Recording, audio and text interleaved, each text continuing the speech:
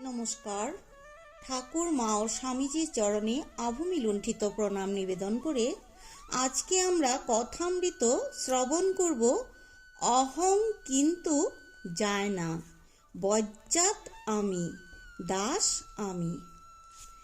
যে আমিতে সংসারী করে কামিনী কাঞ্চনে আসক্ত করে, সেই আমি খারাপ। জীব ও আত্মার প্রভেদ হয়েছে, এই আমি মাঝখানে আছে বলে। জলের উপর যদি একটা লাঠি ফেলে দেওয়া যায় তাহলে দুটো ভাগ দেখায়।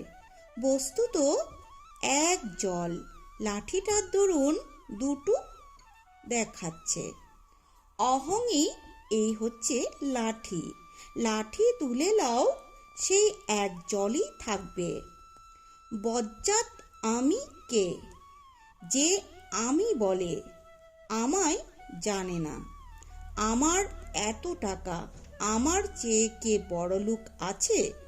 যদি চোরে 10 টাকা চুরি করে থাকে, প্রথমে টাকা কেড়ে লয়, তারপর চোরকে খুব মারে, তাতেও ছাড়ে না।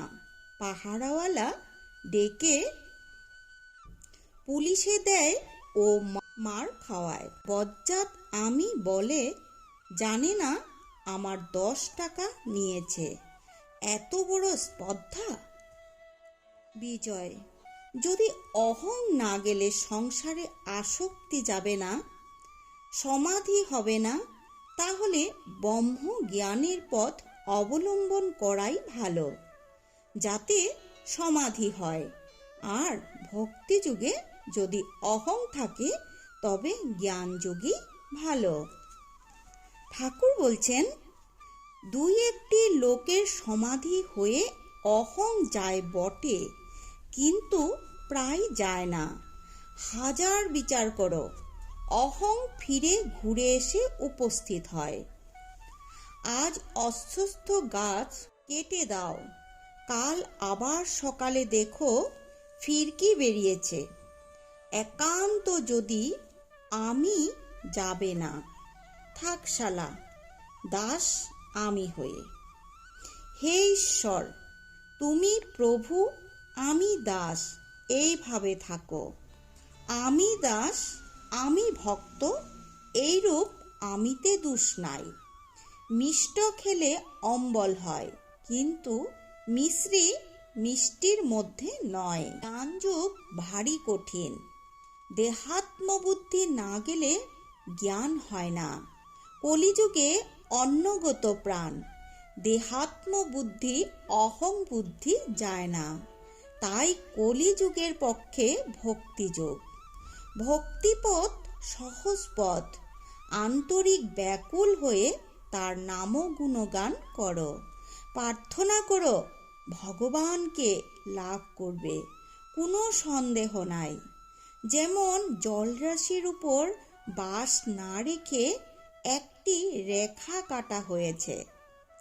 যেই দুটি ভাগ ছিল, আর রেখা অনেকক্ষণ থাকে না। দাস আমি, কি ভক্তের আমি, কি বালকের আমি, এরা যেন আমির রেখা মাত্র। এবারে ভক্তিযোগ যুগধর্ম, জ্ঞানযুগ বড় কঠিন। দাস আমি, ভক্তের আমি, বালকের আমি। বিজয় ঠাকুর রামকৃষ্ণের প্রতি বলছেন, মহাশয়, আপনি বজ্জাত আমি ত্যাগ করতে বলছেন, দাস আমিতে দোষ নাই বলছেন। ঠাকুর বলছেন, হ্যাঁ, দাস আমি অর্থাৎ আমি ঈশ্বরের দাস, আমি তার ভক্ত, এই অভিমান, এতে দোষ নাই, বরং এতে ঈশ্বর লাভ হয়। এবার বিজয় বলছেন, আচ্ছা মহাশয়, যার দাস আমি, তার কাম ক্রোধাদি কি রূপ থাকে? ঠাকুর বলছেন, ঠিক ভাব যদি হয় তাহলে কাম ক্রোধের কেবল আকার মাত্র থাকে।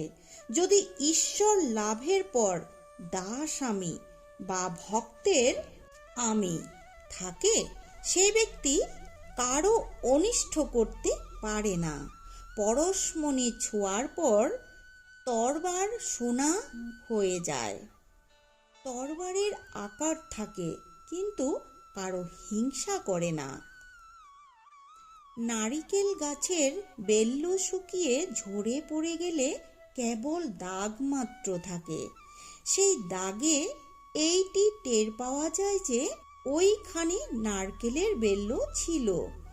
সেই রূপেই যার ঈশ্বর লাভ হয়েছে তার অহংকারের দাগ মাত্র থাকে, কাম ক্রোধের আকার মাত্র থাকে।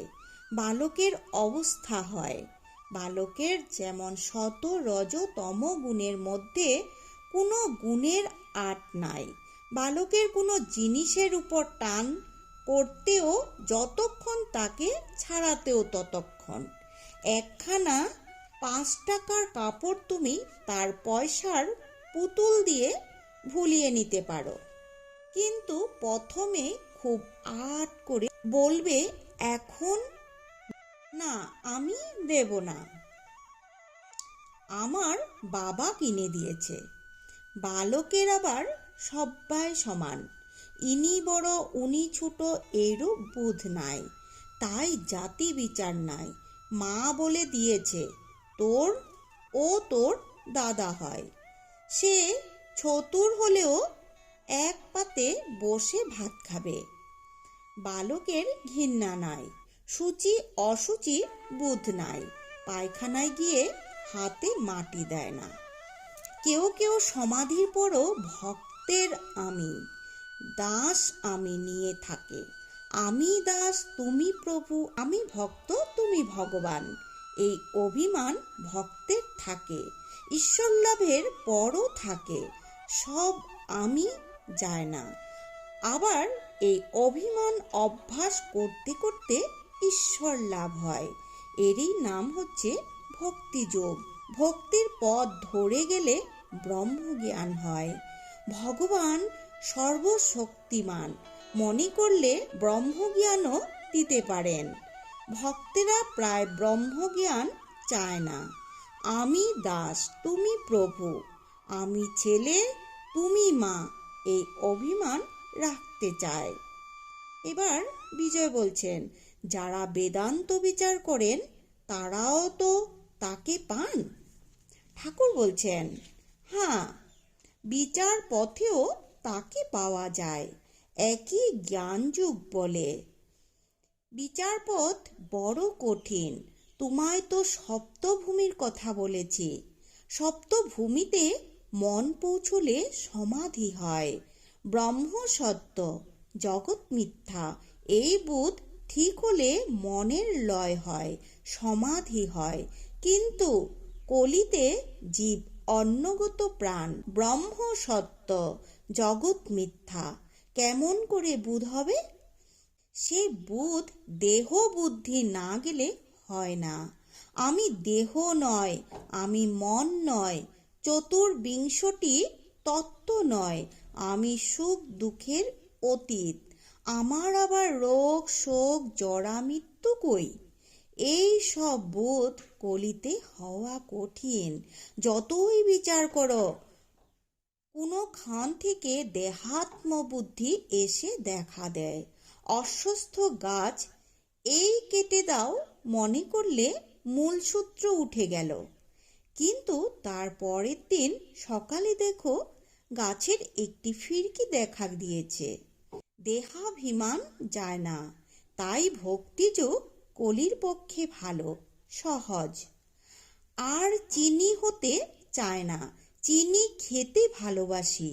আমার এমন কখনো ইচ্ছা হয় না যে বলি আমি ব্রহ্ম, আমি বলি তুমি ভগবান, আমি তোমার দাস। পঞ্চম ভূমি আর ষষ্ঠ ভূমির মাঝখানে বাজ খেলানো ভালো। ষষ্ঠ ভূমি পার হয়ে সপ্তম ভূমিতে অনেকক্ষণ থাকতে আমার স্বাদ হয় না। আমি তার নামও গুণগান করব, এই আমার স্বাদ। সেব্য সাধক ভালো, খুব ভালো। আর দেখো গঙ্গারই ঢেউ, ঢেউয়েরই গঙ্গা কেউ বলে না। আমি সেই, এই অভিমান ভালো নয়। দেহাত্মবুদ্ধি থাকতে যে এই অভিমান করে তার বিশেষ হানি হয়। এ গুনতে পারে না, ক্রমে অধঃপতন হয়। পরকে ঠকায় আবার নিজেকে ঠকায়, নিজের অবস্থা বুঝতে পারে না। তো আজকের মতো এই পর্যন্ত আমরা কথামৃত শ্রবণ করলাম। পরবর্তী ভিডিওতে আবার আমরা কথামৃত শ্রবণ করব। তো সকলেই ভালো থাকবেন, সুস্থ থাকবেন। ঠাকুর মা ও স্বামীজির কাছে আমাদের এই প্রার্থনা। জয় শ্রী শ্রী রামকৃষ্ণ দেবের জয়।